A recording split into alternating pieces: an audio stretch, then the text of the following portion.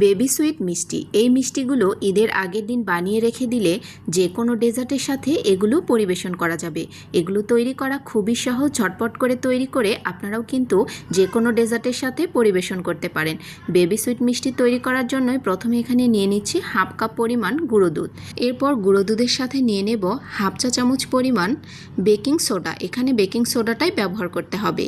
এরপর নিয়ে নিচ্ছি 1 চা চামচ পরিমাণ ময়দা, এরপর এর সাথে নিয়ে নেব 1 চা চামচ পরিমাণ সুজি। আমি যতটুকু গুঁড়ো দুধ নিয়েছি এখানে পরিমাণগুলো একদম পারফেক্টভাবে মেজারমেন্ট করা আছে। আপনারা এই অনুযায়ী মেজারমেন্ট করে এই বেবি সুইট মিষ্টিগুলো তৈরি করবেন, একদম পারফেক্ট রেজাল্ট পাবেন। তো এখন সব শুকনো উপকরণগুলো হাত দিয়ে একটু নাড়াচাড়া করে মেখে নিয়েছি। এরপর এর মধ্যে ঠান্ডা তরল দুধ অল্প অল্প করে দিয়ে আমি এই ডোটাকে তৈরি করে নেব। আর এখানে আমি হাফ কাপ দুধ নিয়েছি, এই হাফ কাপ দুধ দিয়ে আমি এটা তৈরি করে নেব। তবে এখানে কম বেশি লাগতে পারে, আমার এখানে হাফ কাপই লেগেছে। তো এরকম আঠালো একটা স্টিকি ডো তৈরি করে নিতে হবে। তো এখানে দেখুন হাতের সাথে একদম লেগে আছে। তো এরকম করেই এই ডোটাকে তৈরি করে নিতে হবে। ডোটাকে আমি 5 মিনিটের জন্য একটু রেস্টে রেখে দেব। 5 মিনিট বাদেই ডোটা একদম সেট হয়ে গেছে। তো এখন আমি এই মিষ্টিগুলোকে বানিয়ে নেব। প্রথমে হাতের মধ্যে সামান্য একটু ঘি লাগিয়ে নিচ্ছি, তাহলে মিষ্টিগুলো বানাতে সুবিধা হবে।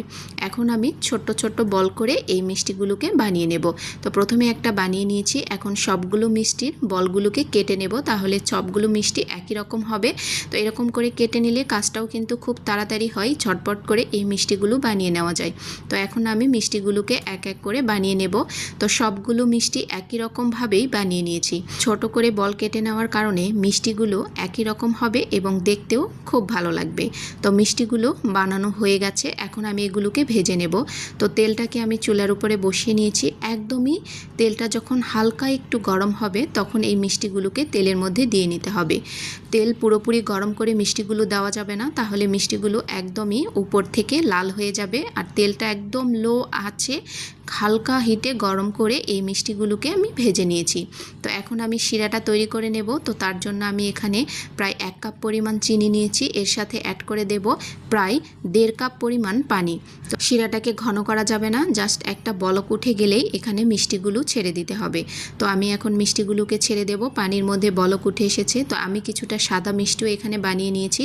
তো এরকম করে আমি ঢাকনা দিয়ে এটাকে 10 মিনিটের মতো জাল করে নেব।